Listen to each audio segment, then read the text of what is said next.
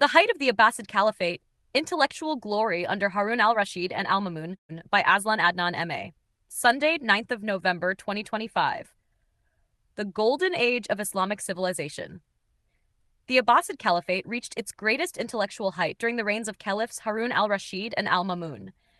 Their rule transformed the Islamic world into a beacon of scholarship, art, and scientific discovery. This era, spanning the late 8th and early 9th centuries, was not only one of power and prosperity. It was a time when reason, curiosity, and knowledge became central to the Islamic worldview. The reign of Harun al-Rashid. Harun al-Rashid, who ruled from 786 to 809, presided over a realm stretching from North Africa to Central Asia. Baghdad, his capital, became the largest and most magnificent city in the world. Harun was a ruler of extraordinary vision. His reign combined administrative efficiency, cultural patronage, and a profound appreciation for learning. He established a governance system that valued consultation, merit, and the rule of law. His diwan, or council of ministers, included scholars, jurists, and administrators of various faiths and ethnicities. This inclusion was deliberate. Harun understood that the strength of a civilization lay in its diversity and its capacity to draw wisdom from many sources. The cultural and economic renaissance. Trade, agriculture, and manufacturing all thrived under his reign. Baghdad's markets overflowed with goods from China, India, Africa, and Byzantium, creating a melting pot of languages and ideas. Harun's court was famous for its refinement. Musicians, poets, physicians, and philosophers mingled freely with statesmen and generals. Learning was not confined to the mosque or the palace. It was woven into the social fabric. It was under Harun that the foundations of the great Bait al-Hikmah, the House of Wisdom, were laid. Initially a royal library, it would later grow into a vast academy of research, translation, and innovation. Harun's policies combined piety with pragmatism. He strengthened the judiciary, encouraged endowments for education, and promoted the building of libraries, observatories, and hospitals. He also ensured that scholars were protected by law and that freedom of inquiry was respected within the limits of Islamic ethics. This legal framework created a culture where learning was seen as worship and intellectual excellence as an act of faith. The transition of power. When Harun died in 809, his empire was strong and prosperous. But his decision to divide the caliphate between his two sons sowed the seeds of future strife. His elder son al-Amin inherited Baghdad, while the younger, al-Mamun, governed Khorasan in the east. Their conflict led to a devastating civil war that ended with al-Mamun's victory in 813. Though tragic, this episode marked the transition from Harun's golden courtly splendor to al-Mamun's more rigorous age of reason. It was al-Mamun who would elevate the Abbasid Caliphate from greatness to intellectual immortality. The philosopher king, al-Mamun. Al-Mamun was a philosopher king, deeply influenced by Greek thought and rational theology. He saw no conflict between faith and reason, only harmony between revelation and intellect. Under his rule, the Bait al-Hikmah became the greatest intellectual institution of the medieval world. Scholars there translated the works of Aristotle, Plato, Galen, and Ptolemy into Arabic, preserving them for posterity. But translation was only the beginning. Muslim thinkers began to expand upon, critique, and improve these ideas, producing original contributions that advanced mathematics, astronomy, medicine, and philosophy. A haven for scholars and scientists. Al-Mamun's court attracted the brightest minds from across the empire: Arabs, Persians, Greeks, Syriacs, Indians, and Jews. He provided stipends to scholars regardless of faith to encourage collaboration in the pursuit of truth. He also founded observatories in Baghdad and Damascus, where astronomers made precise calculations of celestial movements. They even attempted to measure the circumference of the Earth with remarkable accuracy.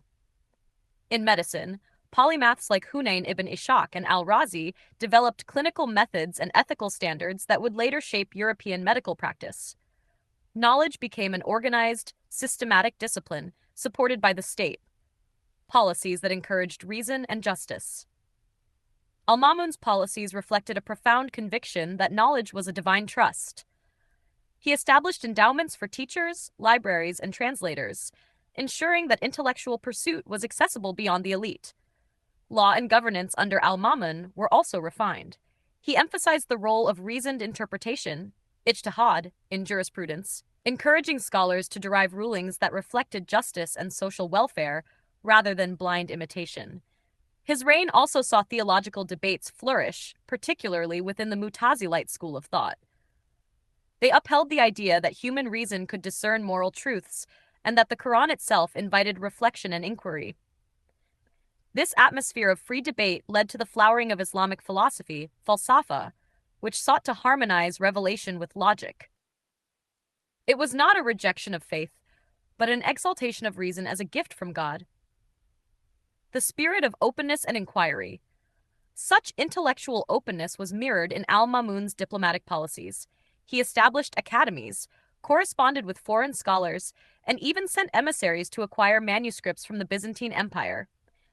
The Abbasid economy under him remained robust. Wealth from trade and taxation was channeled into education and research, making knowledge the most valuable form of capital. Even the arts benefited. Calligraphy, architecture, and literature reached new heights, embodying the unity of beauty and intellect that defined Islamic civilization at its zenith. The legacy of the Abbasid era. Al-Ma'mun's successors, though less brilliant, inherited the structures he built. His brother Al-Mutasim maintained order and continued to support scholars, but the focus of governance began to shift toward militarization. The intellectual fire, however, did not fade immediately. The institutions, laws, and values established by Harun and Al-Ma'mun sustained Islamic thought for centuries. Their reigns demonstrated that when faith embraces reason and when law protects inquiry, civilization ascends to greatness. The secret of Abbasid's success lay in the symbiosis of governance, knowledge, and ethics. The caliphs saw intellectual pursuit not as a threat to religion, but as its fulfillment. They recognized that divine revelation and human understanding were not enemies, but partners in uncovering truth. Their laws reflected compassion, justice, and the belief that wisdom could only thrive in freedom. Lessons for contemporary Islam. Contemporary Muslim societies face the challenge of overcoming the perception that Islam is backward, violent, regressive, and repressive. The Abbasid Caliphate offers enduring lessons for a renaissance of faith through knowledge. The first command revealed to the Prophet Muhammad was, read, in the name of your Lord who created. Surah Al-Alaq 96 verse 1. This is the divine cornerstone of Islam's relationship with knowledge and literacy. The following verses reinforce this calling. Created man from a clot. Read, and your Lord is the most generous, who taught by the pen, taught man that which he knew not. Surah Al-Alaq 96, 2-5. These verses establish reading, writing, and learning as sacred acts of devotion. The Quran also proclaims, say, are those who know equal to those who do not know? Surah Az-Zumar 39:9. Here, Allah elevates the learned above the ignorant, affirming that knowledge is the true measure of human worth.